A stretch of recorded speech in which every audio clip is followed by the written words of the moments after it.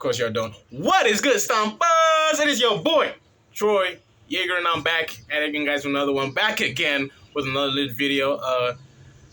This week's edition of Monday Night Raw. Let's talk about it. You know what I'm saying? Good show. You know, not entirely the best one, but it was a good show nonetheless. A lot of, progression storyline. One in particular that I'm gonna share with y'all into the moment. But yeah, man, let's talk about it, man. Let's get into it. Let's go. We kick things off with Rhea Bloody Ripley, and let's just say this, man. It's an indication that Rhea Ripley is the biggest star in the women's division, in all of the women's division. From NXT, downright to SmackDown, downright to Raw. She kicked things off, telling Liv and Rhea to get out here. It's good old-fashioned trying to call them out, have their shot. And I am kidding you. I'm telling y'all this right now. This crown jewel business is starting to piss me off. Because this crown jewel, I thought it was supposed to be the end of the whole Liv and Rhea feud. Because they've been feuding the whole damn year, bro. Gosh damn, bro. The whole year. And I thought I was going to end it. But we got this bullcrap crown jewel championship scenario where Saudi Arabia thought just being spoiled brats about it. But, I digress. And, Tiffy time. The Money in the Bank, Miss Money in the Bank from SmackDown came onto the show and warned Rhea that, if she ever interferes in her business, in Nia Jax's business ever again, she's going to be a problem. A big problem. Then Rhea Ripley said that if I don't have Liv or Rhea, you are going to be my problem. They had a little stare down, and then all of a sudden, boom! Out comes Raquel and Liv. Because I said something before. I didn't think I mentioned Raquel. Yeah, Raquel and Liv came on out and took them both out, kicking us off with the show. And, we got a tag team main event match between Tiffany Stratton and Rhea Ripley going up against Liv Morgan and Liv Morgan and Raquel Rodriguez. Oh, my gosh. I'm getting everything confused. But, yeah, man, it was there's not much they can talk about that much at this point, dog. Liv Morgan's still the champion. There's nothing to it, man. Moving on. It was aight. It was mid. You know what I'm saying? It was mid. And I just wanted to point out a few things, two things especially. First and foremost, if y'all catch a glimpse of what Raquel did to Rhea, she kind of she hit her head on top of Tiffany's heel. If y'all could see that, dog, just notice the little detail there. She took that shit like a champ, bro. I would have been crying, bro. But other than that, man, that was number one. Number two, the women's division needs a mid-card title. They need a mid-card title, bro. I'm so serious. They need it. It's essential. It's essential. Did I say crescential? Like, that's even a word? I said essential. It is essential for the women's to have a mid-card title because this is starting to get frustrating now, dog. The women's division needs a mid-card title. They deserve it. They need it. It must happen. All right, moving on. Up next, it is the women's tag team title matchup. Damage Control of Io Sky and Kairi Sane going up against Team Gat. Bianca Belair and Jade Cargill. It was a good match. It was, I don't know if I should say better than their Backlash match early in the year. Wait, actually it was better. Yeah. This match was better than that one, because that one had a lot of botches. And Jade Cargill has improved so much from then. And man, this was a good match. Also, the catalyst of this match were the two ladies from NXT. Lash Legend and something Jackson. Yeah, I forgot her name, bro. First name, something Jackson. They were trying to distract both teams, but they mostly distracted Damage Control. And actually struck Io Sky. Yeah, both of them. And Bianca Belair didn't know what happened. She just saw that Io was down the ground and then got her up for the KOD. And 1, 2, 3, they retained the championship. I wish Damage Control should have won, but I feel like Bianca and Jade are just credible tag champions, man, for the women's division. There's just nobody else that could match up to their stature, their aura, because Jade Cargill has vastly improved, bro. Under Bianca's too lich, but that heel turn eventually, if they lose that title, I'm hoping it's Bianca. Stupendous, bro. Stupendous stuff. We just have to wait for it, man. Oh, and I'm gonna give that match a little bit of a little in the orange reddish part. It was really good. It was a good match. It was a good solid matchup. And ladies and gentlemen, up next, it is the dream match that I believe just came too damn early, but we're having it anyways, and I'm just excited for it.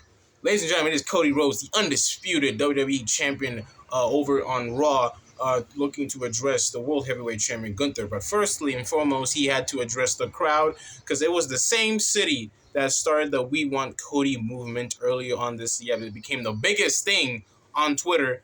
And yeah, he just wanted to say thank you to them, because of them, he got to the point where he became WWE champion. He finally won the title that he wanted to win for the family, for the Rhodes family. And yeah, man.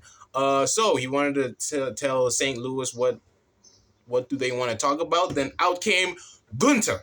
Then they had a pretty good exchange, back and forth. But actually, Gunther was not going to be was not going to be in his, I don't know, dissing phase, because he decided not to diss Cody, but actually to give him his props, to give him respect, because he's a man with valor. That's, I don't know. He didn't say that directly, but I felt like that was kind of the whole exchange between the both of them. But yeah, man, he also pointed out Cody's weakness. It wouldn't be Gunther if he doesn't point out people's weaknesses and negatives about themselves. He called Cody Rhodes everyone's darling. He just wants approval from everybody. Then Cody Rhodes was, also shot back and saying that, you claim that you're all that, you're all powerful. When you hit someone with their best arsenal, they always come back up, and that frightens you. So that's why at a WrestleMania you broke, and he's about to do the same. This was just a cool dynamic of who's the better champion between the both of them. I feel like, and Gunther also called Cody a secondary champion. Imagine that. The title that became the number one thing in WWE, held by, but I'm not gonna say anything. Cody made that title also the most important thing. But Roman Reigns, man, he just put so much aura, so much significance to that title, to the point where Gunther is like, and now that Cody's champion, all of a sudden Gunther is now dissing him, calling him the secondary champion, where it's reversed, where Roman Reigns used to call the world, no wait, what is it, the WWE title, which I would essentially say is the World Heavyweight title, the secondary title, but that's not the case. So yeah, they had a good exchange. Cody saying that, he slayed a beast and he's about to slay one once again. And they shook hands, and that was the segment. What do I think about the segment? The segment was good. The segment was good, but I felt like there needed to be a lot more story, impactful, reasons to why we're getting this matchup in the first place, because of Saudi Arabia, of course. But yeah, they need to go in deeper, because the real reason I would feel like this match would be happening is because Gunther wants to redeem himself. As you guys obviously know, Cody is the only man to eliminate him in 2 consecutive years in a row in 2 of his first Rumbles. Gunther. So that's enough story. That's the story right there. This is just simply redemption for Gunther. But yeah, I'm just really excited for this match. Can't wait to see it. But yeah, man, it was red, in between red and orange, somewhere there. It was it was good. It was good. And up next, ladies and gentlemen, is Braun Breaker going up against Kofi Kingston. But before that, we got a little promo package from Braun Breaker explaining to all of us here, as confused as we are, as to why he turned on Jey Uso. It's quite simple. Jey Uso did not give the same courtesy or respect back to Braun Breaker. Braun Breaker gave Jey Uso his respect for beating him for the Intercontinental title. But no, Jey Uso had to be all, head was too big moment, thinking he's all that, and you couldn't give him the same courtesy of respect.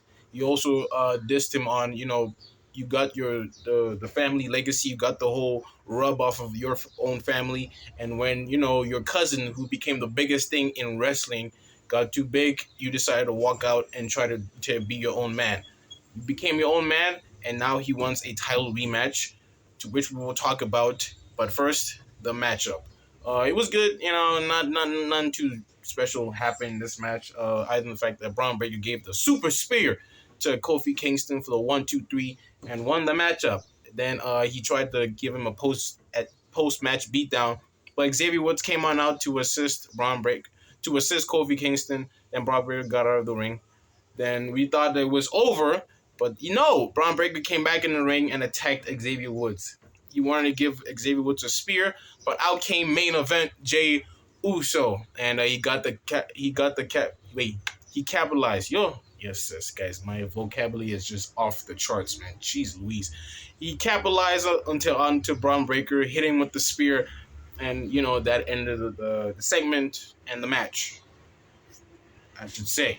So yeah, this match became official early on tonight. It will be Braun Breaker versus Jey Uso 2 next week for the IC title.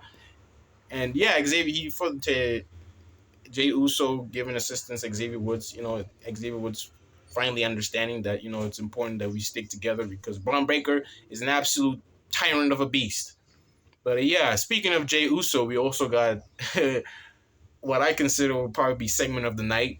Jimmy Uso came back to Monday Night Raw. He was in Jay's locker room, and Jay did not even give a minute to even talk to him. Dog, he just ran out. He just walked away. Then they met up again early in the night. Then Jimmy Uso tried to explain, but Jey Uso didn't want to hear it, and almost look of disgust told him to get out of his face, and then walked off. This reunion is going to be a generational pop like no other, dog. Once they all hug it out, I'm gonna start crying, bro. Call me a bitch all you want, bro. I don't give a damn, bro. I'm a sucker for these types of moments, bro. I swear. But yeah, man, the pieces are coming together, bro. The reunion is going to hit like a motherfucker, bro. But yeah, man, other than that, man, that was absolutely just great, man. They even need to say a lot. It was just great. It was fantastic. And up next, ladies and gentlemen, it is the Raw main event. It is the tag match of Tiffany Stratton and Rhea Ripley going up against the Women's World Champion Liv Morgan and her supposed bodyguard Raquel Rodriguez. It was a good matchup, but the dynamic here was Tiffany and Rhea could not be getting along. You know what I'm saying? Two different personalities could not roll into one against and form into a unit to fight against Liv Morgan and Raquel Rodriguez, but they couldn't get along. That's basically it. But Liv Morgan and Raquel capitalized on the situation. Then early on in the match, we saw Rhea Ripley getting the upper hand, almost pinning Liv Morgan, but Raquel broke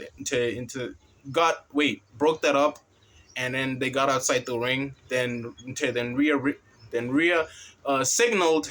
Man, I'm talking too much. Then Rhea signaled Tiffany trying to finish Liv Morgan off and hit the moonsault on top of her. But Nia Jax got out, and attacked both of them, and that caused a disqualification. I like the fact they did that. Protects all of them. Not getting pinned, even though I preferred Liv.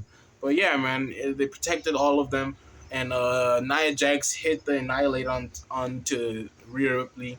No, onto Liv Morgan, and actually tried to force or tell Tiffany Stratton to cash in the Money in the Bank on her. But yeah, man, she almost did it. But Dirty Dom, that bastard, got her out of there before the cashing could happen. And I have to signal out why I said Raquel is a bodyguard. She ought to be the worst bodyguard in the history of bodyguards, bro.